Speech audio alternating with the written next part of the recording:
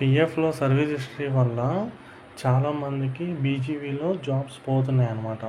దీనికి కారణాలు ఏంటంటే మెయిన్గా ఓవర్‌ల్యాప్ ఉండడం, లేదా షార్ట్ సర్వీస్ 1 మంత్ లేదా 3 మంత్స్ లేదా 1 డే, 20 డేస్ అలా చేసి కంపెనీ నచ్చకపోవడం, లేదా ఎనీ రీజన్ వల్ల వాళ్ళు కంపెనీ నుంచి బయటకనేది వచ్చేస్తున్నారు.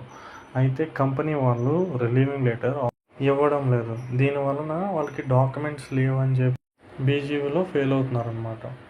సో ఇలాంటి క్యాండిడేట్స్ ఏం చేస్తున్నారంటే same joining and exit date పెట్టుకొని దాన్ని డిలీట్ చేసుకోవాలనుకుంటున్నారు. ఇలా చేసుకున్న వాళ్ళకి మనకి క్లియర్గా చూడవచ్చు. వన్ డే అనమాట. ఇది 1 డే తర్వాత రిజెక్ట్ చేస్తారు డీలింగ్ చేసుకున్నా.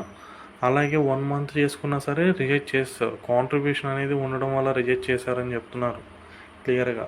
సో 1 రూపీ ఆఫ్ కాంట్రిబ్యూషన్ ఉన్నా సరే అది పాసిబిలిటీ అనేది ఉండదని మీకు ఇక్కడ అర్థమైపోతుంది.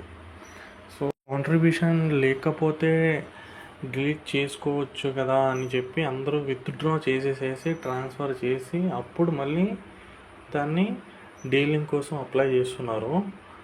సో ఇలాంటి పర్సన్స్ కోసం ఇది స్క్రీన్ షాట్ అనమాట. అలా మొత్తం మీరు క్లెయిమ్ చేసేసి joining date exit date same పెట్టేసి మళ్ళీ డీలింగ్కి అప్లై చేస్తే ఈసారి డైరెక్ట్గా ప్రూఫ్ అడుగుతారు మిమ్మల్ని. మీరు కంపెనీ దగ్గరికి వెళ్ళి లెటర్ ప్యాడ్ మీద నేను ఈ కంపెనీలో వర్క్ చేయలేదు, బై యాక్సిడెంటల్గా నాకు మెంబర్ ఐడి అనేది క్రియేట్ అయింది, సో అని మీ హెచ్ఆర్తో రాపించుకొని సిగ్నేచర్ తీసుకొని స్టాంప్ వేయించుకొని ఆ డాక్యుమెంట్స్ పిఎఫ్ ఆఫీస్కి వెళ్ళి సబ్మిట్ చేస్తే అప్పుడు వాళ్ళు ప్రాసెస్ చేసేది ఏమైనా ఉంటుంది అనమాట. ఇది ఓన్లీ 1 మంత్ జరిగిన వాళ్ళకి మాత్రమే యూజ్ అవుతుంది. అది హెచ్ఆర్ సపోర్ట్ కూడా ఉంటేనే. హెచ్ఆర్ సపోర్ట్ లేకపోతే ఇది కష్టం అనమాట. ఇది కూడా అవ్వదు.